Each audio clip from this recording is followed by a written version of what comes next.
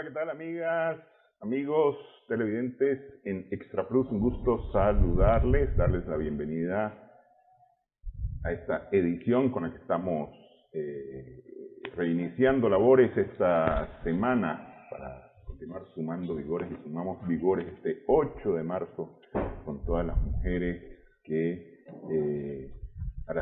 con las que se celebra hoy el Día Internacional de la Mujer, 8 de marzo.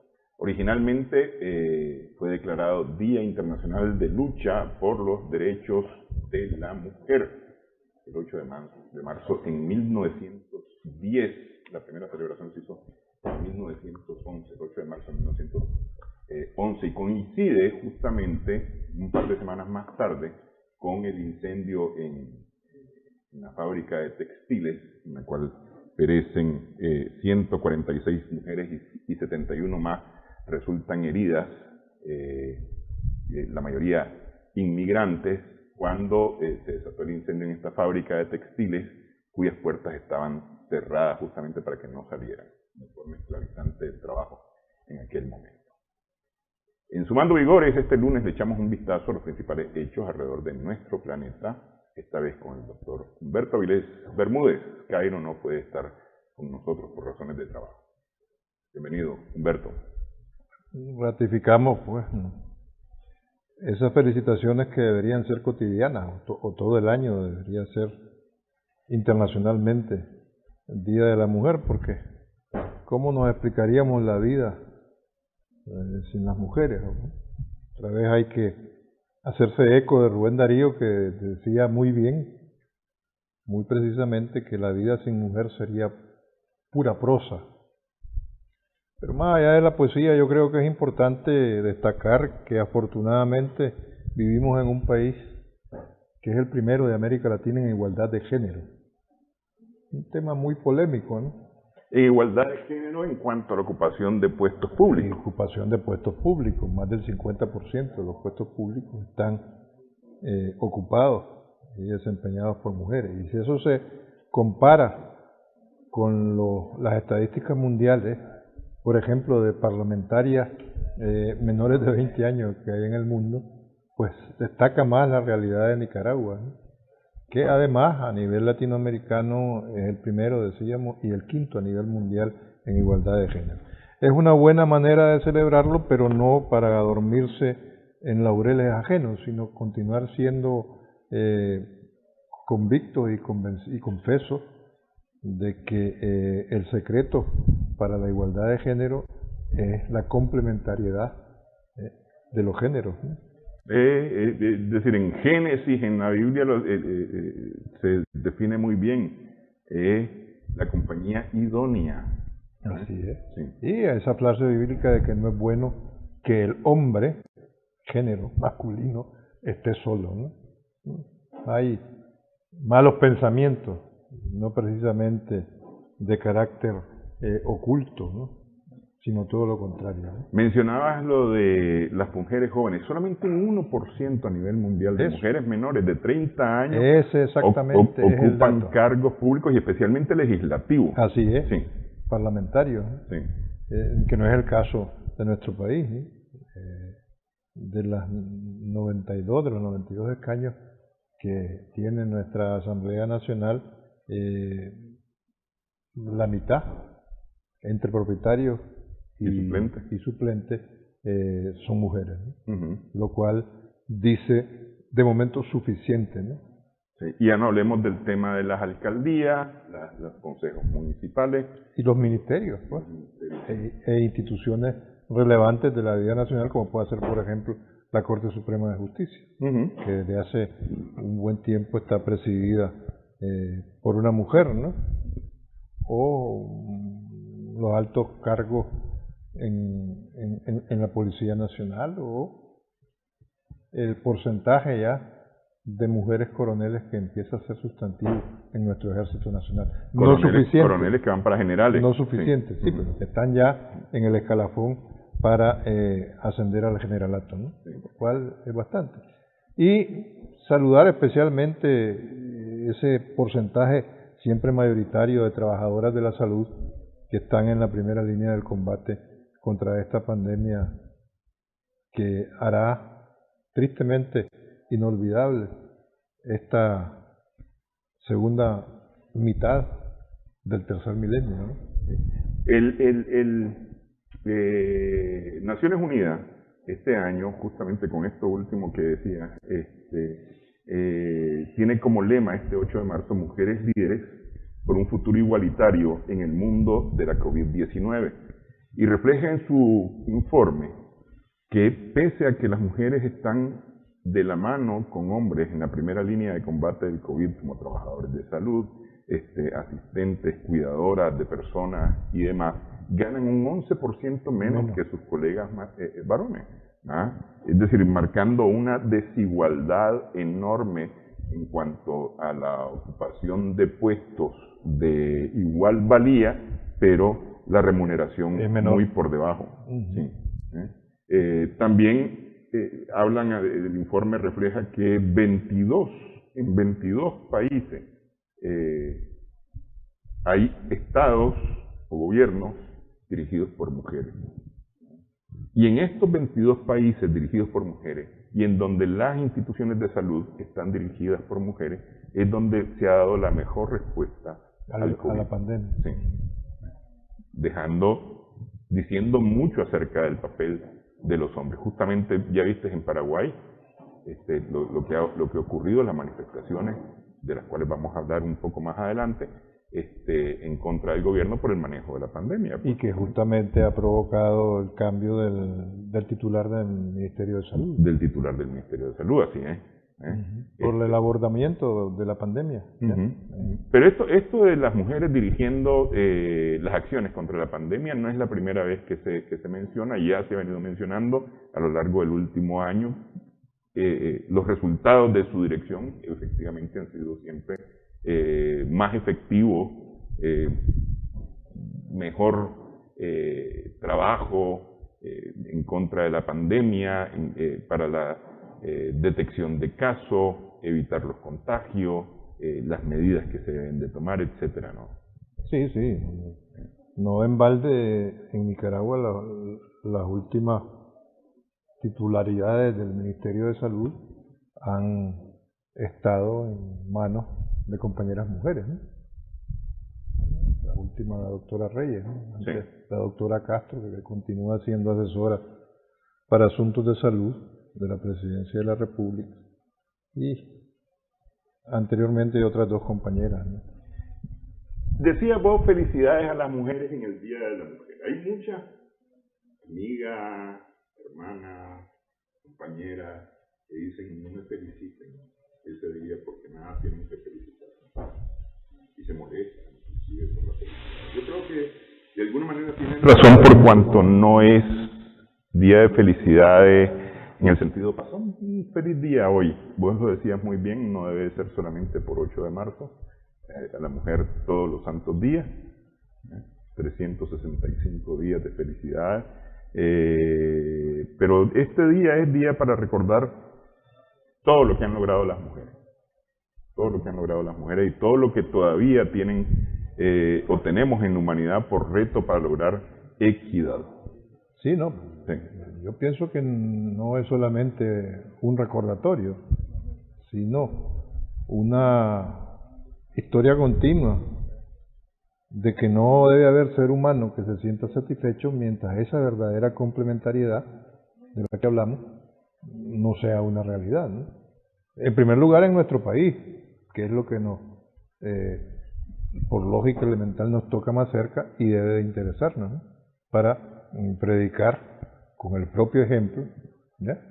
Y no dedicarnos a aquella parábola de la viga en el ojo ajeno, sin ver la paja en el ojo propio, ¿no? Pero bueno, sí, yo creo que es válido. No comparto yo muchas veces esos sentimientos que no son sentimientos sino resentimientos, como cuando te dicen, por ejemplo, no me felicites. Están en todo su derecho y en total libertad, ¿no? Yo a lo más que llego es a reenviar aquella bellísima canción de Silvio Rodríguez que se llama Mujeres, y que siempre, cualquier día es bueno para escucharla, pero hoy particularmente para no estar abundando en frases hechas o tópicas, ¿no? Sí. Que conduzcan a una respuesta como la que te han dado algunas amistades femeninas, compañeras o menos compañeras o más compañeras, en fin. No vamos a abrir una polémica en torno a las felicitaciones por este día que, insisto, vos lo explicabas al principio. Lo relevante es que la Organización de Naciones Unidas lo proclamó como Día Internacional de la Mujer, con lo cual no estoy diciendo para nada que lo que Naciones Unidas haya proclamado deba de ir a misa, ¿no? Utilizando el tópico, pero ya es un avance, ¿no? Digo yo, ¿no? Claro, reconocer. Uh-huh. Bueno, vamos a hacer una primera pausa. Antes de esta pausa, sin embargo, le echamos un vistazo a los principales hechos, noticias que a esta hora nos ha preparado Harry Guevara en Extra.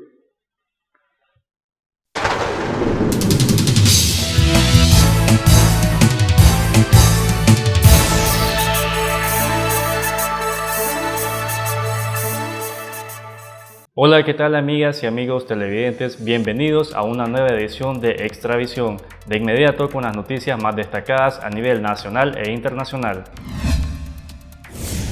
El abogado Manuel Urbina Lara fue condenado a 4 años de prisión por homicidio imprudente en los juzgados de Jinotega, como producto de un accidente de tránsito el pasado 16 de enero, donde falleció José Antonio Rizo, luego de que el abogado le diera raya en su camioneta. Los combustibles experimentaron su 17ª semana de alza consecutiva, según proyecciones realizadas por fuentes del sector petrolero.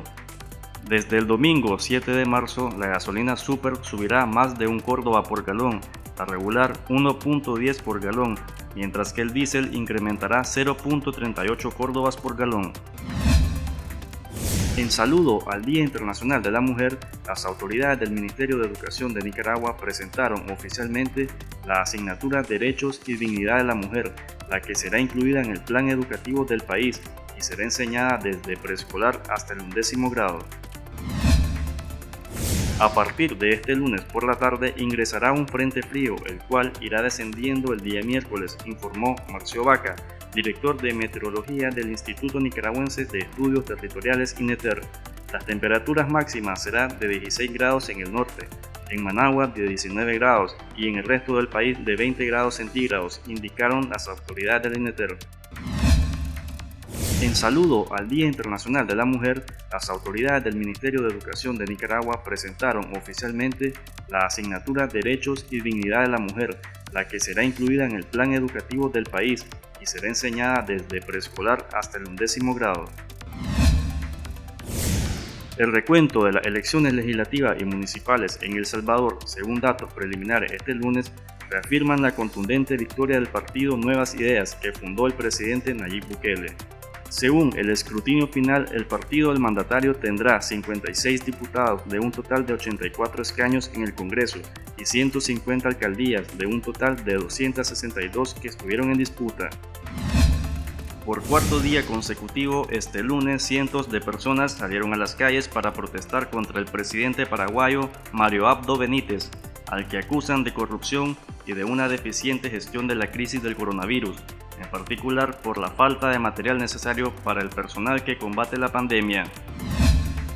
El Papa Francisco se despidió el pasado domingo de Irak, después de 3 días de visita, con una misa multitudinaria ante 10.000 personas en Erbil, la capital de Kurdistán, tras la cual pidió unidad para un futuro de paz en el país.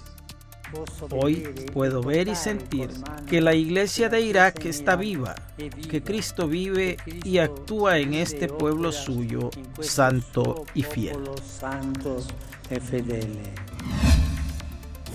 Finalizamos esta edición de Extravisión. Les invitamos a seguir con la programación de Extra Plus Canal 37. Hasta la próxima.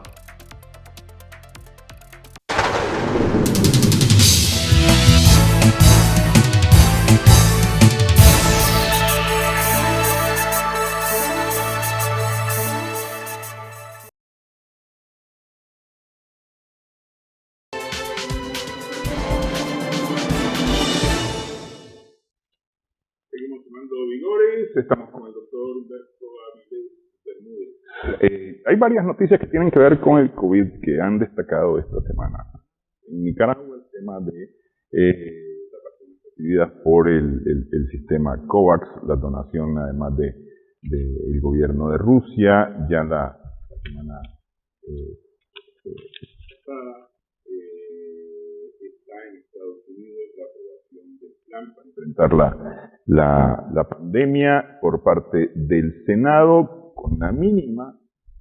Se logró esa aprobación, ahora tiene que ir al Congreso antes de llegar de nuevo a la mesa del presidente Biden, y está Paraguay, donde ha sido el manejo de la pandemia la principal causa de las protestas. Paraguay, que ya provocaron la dimisión del ministro de Salud y el nombramiento de un nuevo ministro de Salud. Bueno, yo creo que podríamos empezar de atrás para adelante, si te parece. En Paraguay parece que el detonante de la dimisión en bloque del gobierno pedida por el presidente Abdo Benítez, ¿no?, fueron las manifestaciones del viernes pasado donde resultaron 20 heridos. Como que esa llegó a ser en buena medida la gota que colmó el vaso popular, por así decirlo. Entonces tuvo que salir el denominado ministro de Tecnologías de la Información y Comunicación, Juan Manuel Brunetti, que dicho sea de paso a estas alturas no sabemos si continúa o ha sido uno de los sustituidos. Porque el primer nombramiento sustantivo y cambio que llama la atención es el del ministro de Salud. El nuevo ministro de Salud, confirmado hoy lunes, se llama Julio Borba, ¿no? Y en conferencia de prensa dio a conocer las primeras acciones inmediatas que la cartera de salud, que ha sido muy cuestionada, porque aparte de las acusaciones de corrupción contra el presidente de la República, Abdo Benítez, y su gobierno, el tema de la mala gestión y enfrentamiento de la pandemia ha sido también un motivo de la crisis que afronta el Paraguay en estos días. Entonces, entre otras cosas, el ministro Borba decía que van a estudiar la posibilidad de suspender por 15 días las clases en modalidad presencial, que para ver cómo evolucionan las cosas, ¿no? Alegó que tiene amplia libertad para hacer todos los cambios que considere pertinentes, porque en buena medida es, como quien dice, la cabeza de playa o la vanguardia de la decisión presidencial para afrontar esta crisis, ¿no? Y llamó a que trabajar todos los paraguayos juntos para superar la crisis y adelantó que ya finalmente se han establecido los canales pertinentes para que lleguen las vacunas al Paraguay, ¿no? Paraguay se había destacado, yo creo que merece la pena destacarlo, valga la redundancia, como uno de los pocos países de América Latina que había gestionado con cierta solvencia la crisis provocada por la pandemia de COVID-19. Pero en los últimos tiempos, como que hablando muy nicaragüense, se le cayó el zapote, ¿no? Y esto tiene que ver, como bien apuntaba, con el mecanismo del COVAX para distribuir millones de dosis de vacunas en todo el mundo, pero en particular en América Latina. En América Latina estamos hablando de 26 millones de dosis en 18 países que van a llegar a través de este mecanismo que, como se sabe, es creado el programa COVAX por la Organización Mundial de la Salud y la Alianza para las Vacunas, con las siglas Gavi en inglés, para la misma.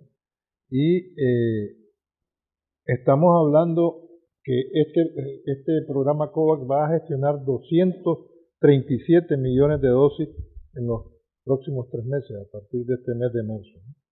No en balde, a nuestro país llegó el día de ayer, como pudimos ver en las noticias, un primer lote de 200.000 vacunas, dosis de vacunas, dentro de las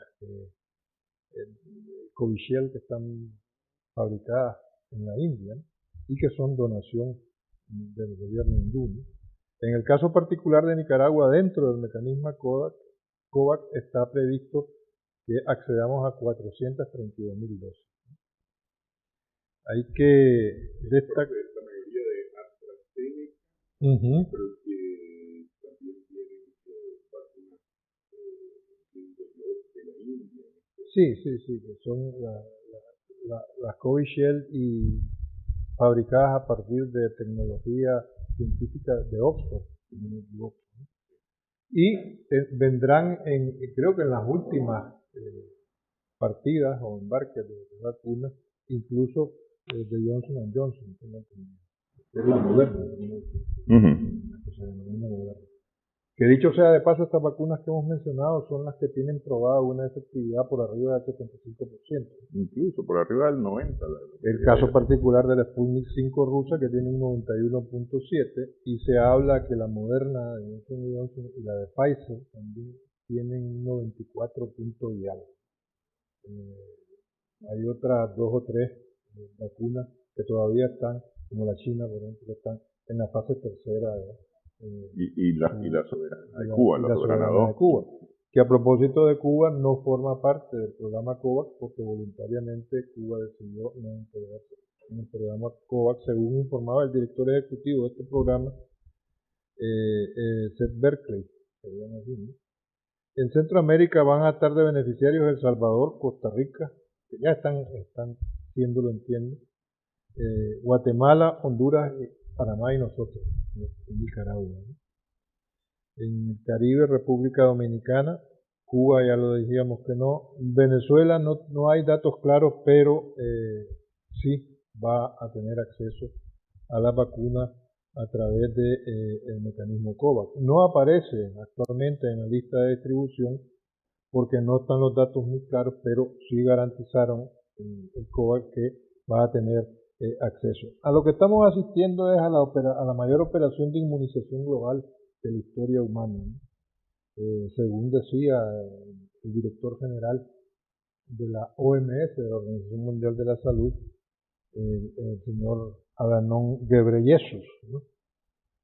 Y obviamente es la mayor operación, puesto que estamos hablando de que la meta que se ha puesto la Organización Mundial de la Salud para este año 2021 es distribuir por lo menos 2.000 millones de dosis, de las cuales 1.300 millones en países pobres. Según el objeto del mecanismo es lograr fabricación y distribución equitativa. Exactamente. Pero se proyecta de todas formas, también lo decía el señor Berkley, el director del mecanismo COVAX, que puedan llegarse a los 1.800 millones de dosis para países en desarrollo, ¿no? Hay que comentar que forman parte de esta plataforma COVAX 190 países, 100 de los cuales han aportado financiamiento para la misma. Lo único que han estado exentos de financiamiento son las 90 economías más pobres que no deberán pagar por el lote o la cuota de vacunas que se les asigna. En América Latina solo aparecemos en este grupo Bolivia, El Salvador, Honduras y Nicaragua, aparte de las gestiones que ha hecho nuestro gobierno para conseguir donaciones como la rusa y la hindú, que hemos mencionado antes. Sí. Aquí estamos hablando de 200.000 dosis que vinieron de la India este domingo, que representan, si se considera que se trata de 2 dosis per cápita, 100.000 personas. 100.000 personas. Las vacunas rusas, lo mismo. Y con el mecanismo COVAX, 315.000 vacunas, ¿no? O dosis. Estamos hablando de 170.000 personas más. Tendríamos cerca de 300.000 personas en una primera oleada de vacunación en Nicaragua, que debe de cubrir 7 millones de personas, es decir, 14 millones de dosis. Así es. Sí. Estamos, más o menos esos son los datos en relación a la distribución de vacunas mediante el mecanismo COVAX, ¿no? Sí. Y habría que decir que países donantes para este mecanismo no aparecen como beneficiarios, siendo donantes Estados Unidos, el Reino Unido, China y Rusia, ¿no? Tampoco aparecen los países de la Unión Europea que han contribuido financieramente con COVAX, ¿no? Y la razón, porque se puede preguntar, ¿y por qué no aparecen estos donantes como beneficiarios? Pues porque la mayoría de países desarrollados, como los que hemos mencionado, optaron por retrasar voluntariamente la recepción de dosis porque firmaron contratos directamente con los productores. Eso les ha permitido, esa contratación directa, estar entre los primeros. Otra vez, el mercantilismo, el sentido comercial del capitalismo ha prevalecido, ¿no? No hay una razón tan obvia con eso. Por eso han permitido que las vacunas COVAX sean enviadas prioritariamente a países que hayan tenido muy poco acceso o ninguno a la vacunación, ¿no? Sí, no en balde uno mira el mapa de distribución de vacunas o más bien de aplicación de vacunas a la fecha, y son los países desarrollados quienes van más avanzados en la vacunación. Sí. Ok, antes de la pausa vuelvo rápidamente a Paraguay. Vos decías que el gobierno paraguayo había logrado una gestión bastante buena de la pandemia. Sin embargo, esa gestión o sobre esa gestión que se han realizado las protestas. Incluso este lunes el legislativo anunció que está dando los pasos para abrir un juicio político en contra del presidente Abdo. Sí, Mario Abdo Benítez.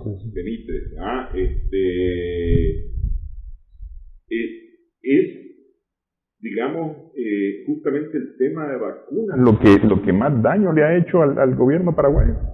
Yo pienso que no, yo pienso que en alguna medida esa corrupción de la que se habla de una manera muy general, ¿no? Pero también iba a comentar que a propósito de cualquier crisis, en cualquier país del mundo, se aprovecha para pedir la dimisión del gobernante de turno, ¿no? Sí, está de moda en este momento. Tristemente de moda. No sé si sea un efecto de la primavera árabe que despuntó con esta modalidad de protesta. Sí. Bueno, pausa en esta edición. Estamos sumando video.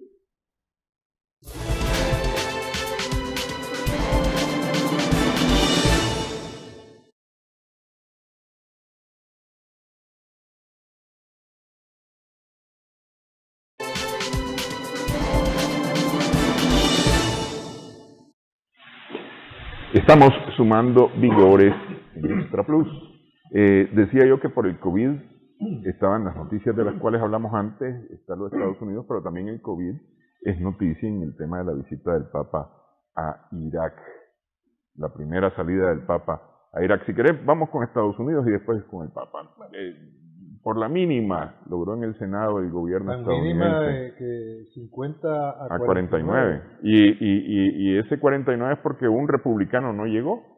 Exactamente, porque si hubiese llegado habría sido necesaria la presencia de la vicepresidenta Kamala Harris, que como se sabe su voto, en tanto que vicepresidenta en el Senado, desempata. Sí. Puede desempatar, que habría sido el caso.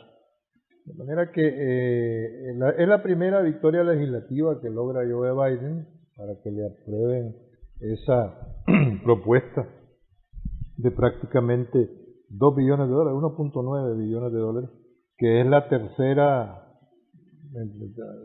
propuesta que sale al rescate de la economía estadounidense a raíz de la pandemia. La primera fue hace aproximadamente un año, de 2.2 billones de dólares. Ya incluso los primeros subsidios a cargo de ese paquete están llegando a su fin. La segunda fue a finales del año pasado por 900 mil millones de dólares. Todos ellos consistentes en estímulo, prácticamente subsidios directos a los ciudadanos, ¿no? $1.400 a las familias, $300 semanales para los ese es el mayoritario. Sí. $600 semanales es para los desempleados. Los desempleados, que es el subsidio de subsistencia, ¿ya? Ahora mismo, ¿no? Pero la manera más gráfica de describir lo que ocurrió entre viernes y sábado pasado en el Capitolio norteamericano, concretamente en el Senado, es una carrera de obstáculos, ¿no? Los republicanos empezaron a sacar todo un arsenal de argucias legislativas para complicarle la vida a los demócratas. De manera que el camino a la aprobación por la mínima, como bien señalaba al principio, haya sido de lo más tortuoso.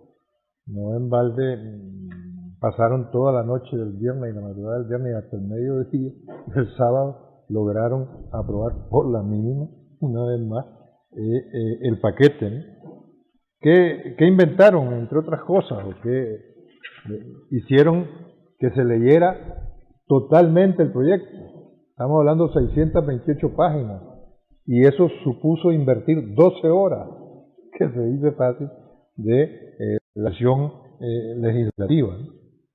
Hubieron una serie de objeciones, entre las que destaca la de Joe Manchin, que es un senador demócrata por Virginia Occidental.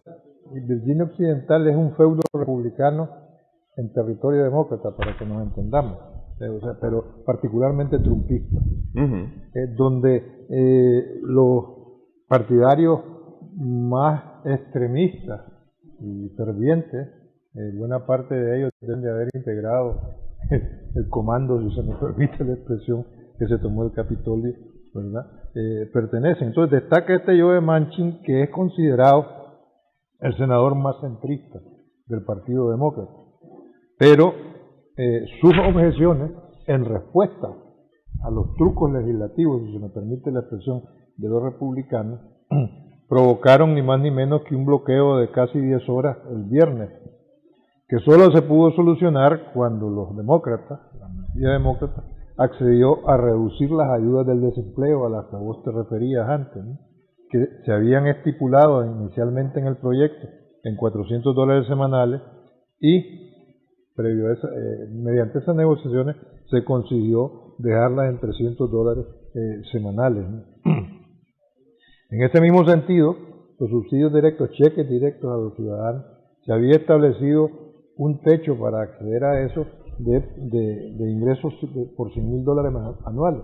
Se consiguió rebajar el techo en este caso a los $80,000 anuales, ¿no? Y no pudo prosperar, llama la atención, el peso del centro dentro de los demócratas, en este caso dentro de la exigua mayoría demócrata en el Senado. No prosperó la enmienda de Bernie Sanders, al senador que todo el mundo considera de izquierda, que mediante ella, si hubiese prosperado, el salario mínimo federal se habría elevado de $7.25 la hora a $15 en un plazo de 5 años. Pero eso fue rechazado por una votación de 58 votos en contra 42 a favor, ¿no? Y destaca que en este caso, en esta votación, 8 senadores demócratas se alinearon con los republicanos, lo que supone una de las grandes derrotas del denominado flanco progresista de los demócratas en el Senado, ¿no? Bastante más que duplicar el salario mínimo federal, eso es decir, ese es solamente para el Estado, no es el salario mínimo para todos los trabajadores, es solamente para los trabajadores del Estado. Sí, y llama la atención, aparte de los detalles casi anecdóticos que hemos mencionado, que por ejemplo el líder republicano Mitch McConnell, que se destacó en los debates a propósito del impeachment que no prosperó contra Donald Trump, porque dijo, no, el delito está ahí, ¿no? Incluso fue cuestionado públicamente por el propio Trump, pero dijo a propósito de este primer paquete de medidas, pírrica victoria de Joe Biden, por las dificultades que hemos mencionado, Mitch McConnell, que es el líder republicano en el Senado, dijo que el Senado nunca se ha gastado, y lo estoy citando textualmente, casi $2 billones de una forma más arbitraria. Y a partir de esos comentarios se centró el rifirrafe, el enfrentamiento con Joe Manchin, el demócrata por Virginia Occidental que comentábamos anteriormente, y que contribuyó, además de la lectura de 12 horas de las 628 páginas, al bloqueo durante 10 horas hasta que lograron ponerse de acuerdo en rebajar el subsidio de desempleo de $400 a $300 semanales. De manera que eso es lo que ocurrió en el Senado norteamericano. Como bien decía, la iniciativa del proyecto de ley tiene que volver a la Cámara de Representantes para ser ratificado, pero en cualquier caso lo que refleja es que el camino legislativo de Biden, con una mayoría al límite de cualquier cosa, no es muy halagüeño el horizonte en el cual le va a tocar navegar legislativamente hablando a Joe Biden en los próximos. Ahora, habrá que ver qué legislación es la que se va a encontrar con esos pegones, qué legislación es la que va a tener más facilidad, pues porque también eso es importante en los Estados Unidos, qué cosa sí, qué cosa no, porque es decir, lo que va a beneficiar al presidente o a su campaña política es lo que más dificultad se va a encontrar. Este plan se ha venido anunciando, el presidente Biden y la vicepresidente Kamala Harris lo han venido anunciando con bombos y platillos como el plan de salvación de los Estados Unidos ante el COVID. Sin embargo, es un plan de recuperación económica o de parchar económicamente los problemas que ha causado la crisis sanitaria. Allá en el último lugar, en el proyecto de ley, está conseguir medicamentos y vacunas, pero ya en el último lugar. La mayoría es para repartir reales. Es que eso fue desde el primer momento. Sí. Los 2.2 billones del primer paquete que gestionó Trump, lo que hizo fue distribuir dinero entre las multinacionales farmacéuticas. En más de una de ellas debe tener acciones. Sí. Trump, ¿no? Pero en este caso, eso es lo que me llama la atención, que ese rubro de darle a la farmacéutica no es el más importante. El más importante es darle a la gente, pero es decir, eso no los va a curar del COVID. No, pero ahí hay de por medio toda una intermediación financiera. Bueno, eso sí. Que tiene que ver con el sistema bancario norteamericano, ¿no? Donde ya sabemos. Al final son los mismos los que van a terminar ganando. Quienes reparten, ¿no? Y quien parte y reparte es bien sabido históricamente que se lleva la mejor parte. También llama la atención en la línea de lo poco halagüeño que es el panorama legislativo para Biden, al menos en el mediano plazo, que cuando se dieron cuenta los demócratas que no iban a lograr un acuerdo con la oposición republicana, optaron por aprobar el rescate a través de un denominado procedimiento de reconciliación. ¿Qué es lo que significa eso?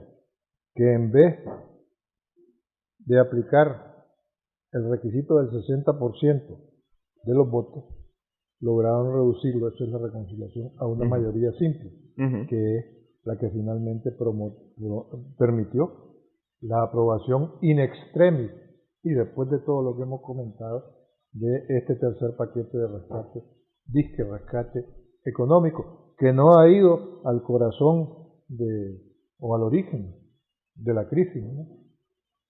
Con el acceso a medicamentos, fundamentalmente vacunas, o cualquier otro medicamento de esos que vemos a la atención médica, es que la atención médica. De esos que vemos que al menos si no te inmunizan, amortiguan los efectos más crueles y duros del COVID-19, ¿no? Sí. Ok, pausa nuevamente. La visita del Papa a Irak, elecciones subnacionales en Bolivia. Regresamos.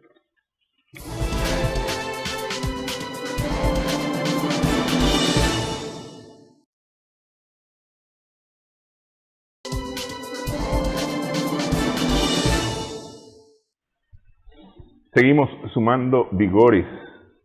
33 viajes apostólicos del Papa Francisco.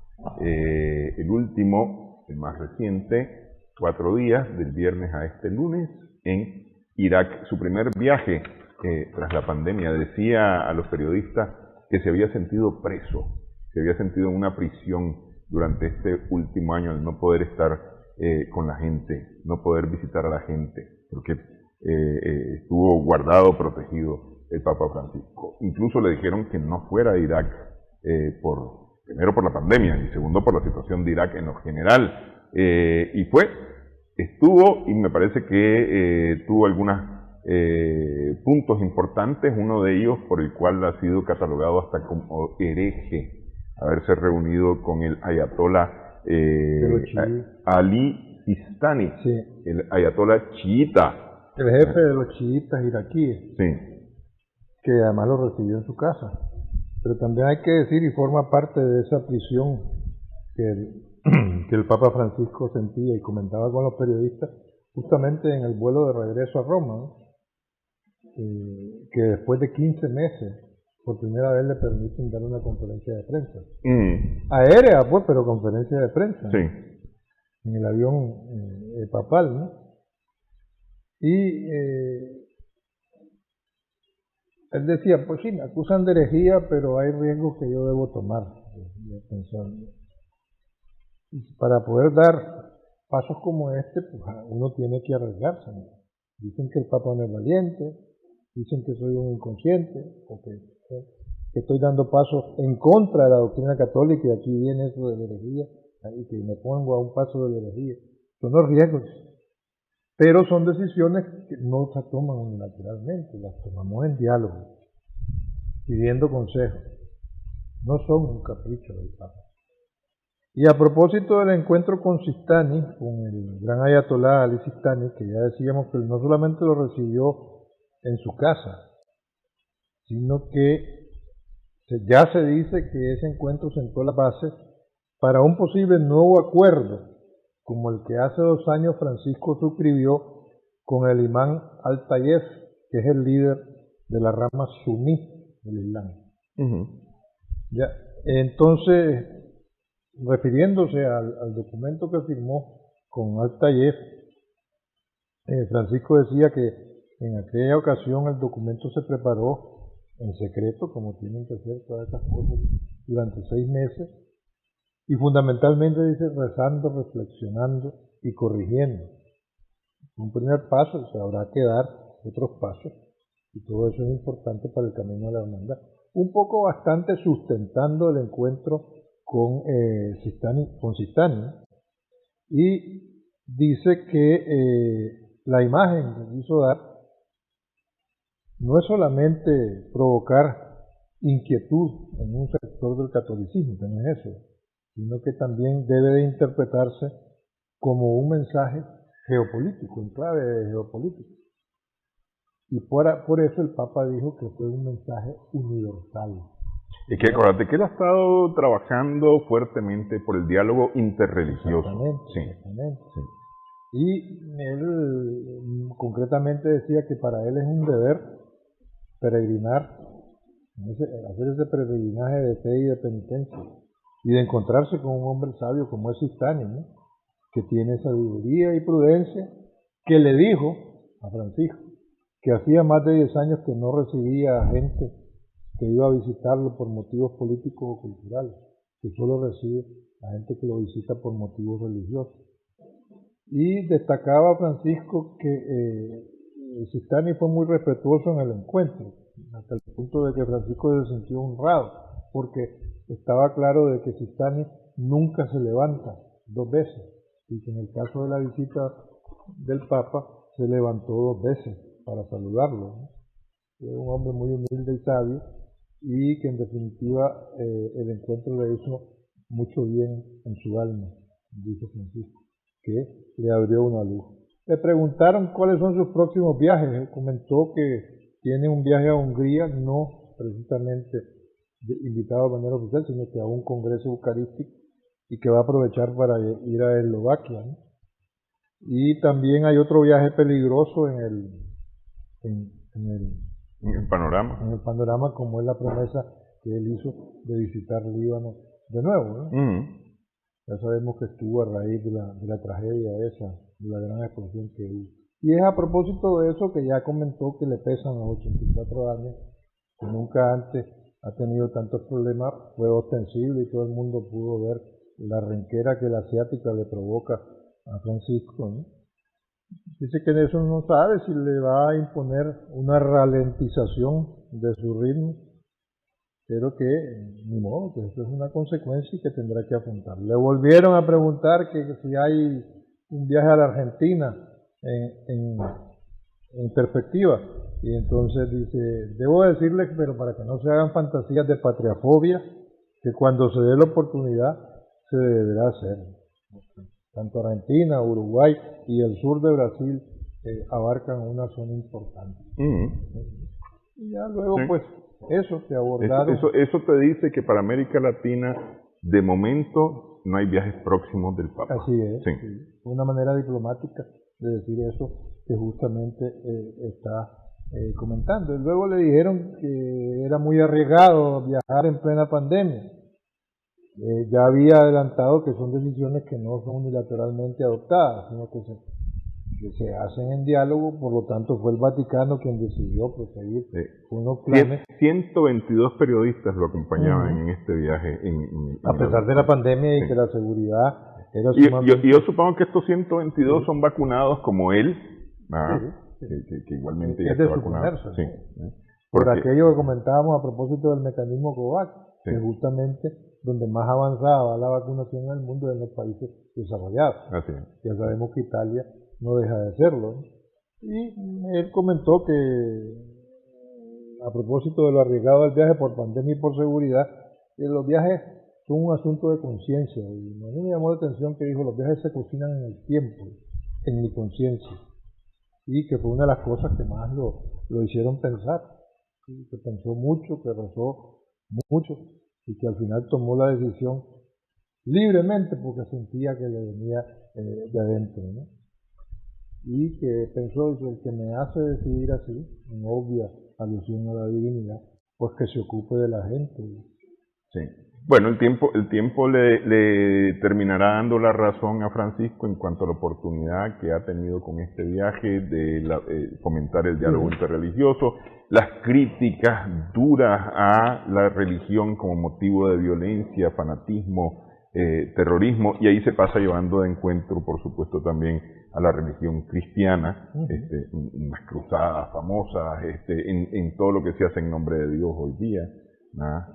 Y en fin, ¿no? Porque no solamente es hablar del Islam. Ok, más de este lado del planeta, en Bolivia se realizaron este domingo elecciones subnacionales. Sí, eso significa de los gobernadores y alcaldes. Gobernadores, alcaldes, pero decir, imagínate vos, eran casi 6.700 cargos los que se estaban votando. Sí. Y participaron como electores 5,5 millones de bolivianos. De las 9 gobernaturas o gobernaciones, parece ser, según las proyecciones, porque no hay un sistema de conteo rápido que permita eso. Alegó el Tribunal Electoral que no quieren arriesgarse a que sea cuestionado. Y que por eso se van a tardar una semana en emitir. Aquí tenemos el gráfico de cómo iban antes de empezar el programa. Imagínate, el programa al mediodía de este 8 de marzo. De los porcentajes. Imagínate vos, en Beni, por ejemplo, el 7.5 de las actas habían sido escrutadas a esa hora. El que más había escrutado es Pando, con el 14.5% de las actas. Y esos son los porcentajes que tenían las asociaciones. A Santa Cruz. Bueno, Santa Cruz con el 11. Pero ahí hay que retomar. Entonces, pero es decir, con esos porcentajes, los partidos que iban encabezando, o los candidatos que iban encabezando para ganar gobernatura, son los que aparecen ahí, el MTS, CST, el MAS, Creemos, ¿no? Juntos por Tarija, que esa es una revelación para ese departamento en donde los partidos nacionales no están logrando... sí, porque eso sería eminentemente local. Eminentemente local, sí. Son 13 organizaciones políticas, 16 organizaciones políticas las que han participado en estas elecciones, algunas en alianzas como PBCSP, Pueblos Somos, creo que es, o una cosa así, Unidos por Bolivia, que es la que va encabezando con el 46% en La Paz. Muchos de ellos van a tener que ir a segunda vuelta. Las proyecciones muestran que algunos van a ganar en primera vuelta, pero varios de ellos van a tener que ir a segunda vuelta. Evo Morales justamente decía que en 5 se había logrado ya, el MAS había logrado los votos suficientes, según las proyecciones, en gobernaciones, para ganar en primera vuelta. Y que había 2 en los que estaban como primeros para ir a segunda vuelta y uno en el que estaban como segundos para ir a segunda vuelta. Las proyecciones para el MAS era entre 5 y 7 gobernaciones de las 9 que hay. Sí. Hay que destacar que en estas elecciones lo que está claramente apreciándose es la consolidación del MAS en las zonas rurales, ¿ya? Y en la mayoría de los departamentos, pero no así en urbano. Hasta el punto que las principales ciudades de Bolivia han sido ganadas por la oposición. Sí. Y en materia de gobernaciones, antes de que se me vaya a pasar destacarlo, el enemigo principal, políticamente hablando, el adversario más encarnizado del MAS, Camacho, que ha ganado con el 67% de los votos la gobernación de Santa Cruz. De Santa Cruz, sí. Que es, dicho sea de paso, el departamento más rico, ¿ya? de Bolivia, ¿no? Sí. Entonces, en ese sentido no hay que perderlo de vista, ¿no? Porque es la victoria más clara. La parte la más rica obviamente es la más conservadora, ¿no? Otra cosa que hay que destacar a nivel de municipio, una disidente del MAS, disidente porque no fue nominada como candidata para la alcaldía de ese municipio, es el municipio bastión del MAS en la periferia de La Paz, como es el Alto.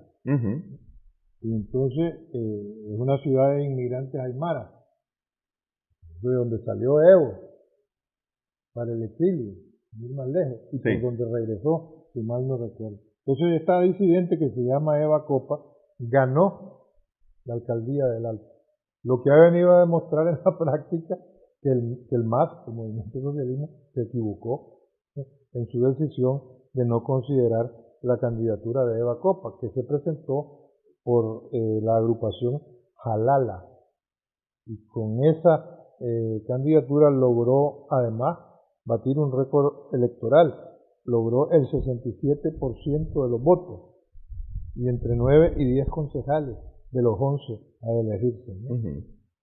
Entonces así quedó probado sobradamente por la equivocación del MAS. El alcalde de La Paz es Iván Arias, que es un exministro de la señora Yáñez, ¿no? El gobierno interino de la Yáñez. Yáñez, que dicho sea de paso, estuvo compitiendo para la gobernación de Beni, que es su región natal, en el oriente de Bolivia, pero no tuvo suerte, quedó en tercer lugar, ¿no? Detrás de incluso el candidato del Movimiento al Socialismo. Sí. ¿Qué es lo que ha evidenciado también estas elecciones? Que la oposición al Movimiento al Socialismo se ha reconfigurado, que la vieja oposición ha desaparecido prácticamente, ¿no? Y solo hay nuevos. Tal vez solamente creemos es el que se mantiene, pues. Sí. Hay nuevos dirigentes surgidos de la crisis política que atravesó Bolivia el año pasado, ¿no? Hay algunos viejos, pero son los menos, políticos, como el alcalde de Cochabamba, que se llama Manfred Reyes Díaz, que sí tiene un pasado político más antiguo, ¿no? Son lo que le llaman populistas de derecha, ¿no? El partido de Carlos Mesa logra mantener algunas posiciones como la alcaldía de Santa Cruz de la Sierra, aunque eso no está claro porque tiene una diferencia muy exigua con el segundo, con el que va de segundo, ¿no? Habrá que esperar los resultados oficiales. Hubo muchos problemas organizativos durante la jornada electoral. Hubieron integrantes de las mesas electorales que no se presentaron a su obligación. Eso provocó retraso en la apertura de las juntas y de la votación, ¿verdad?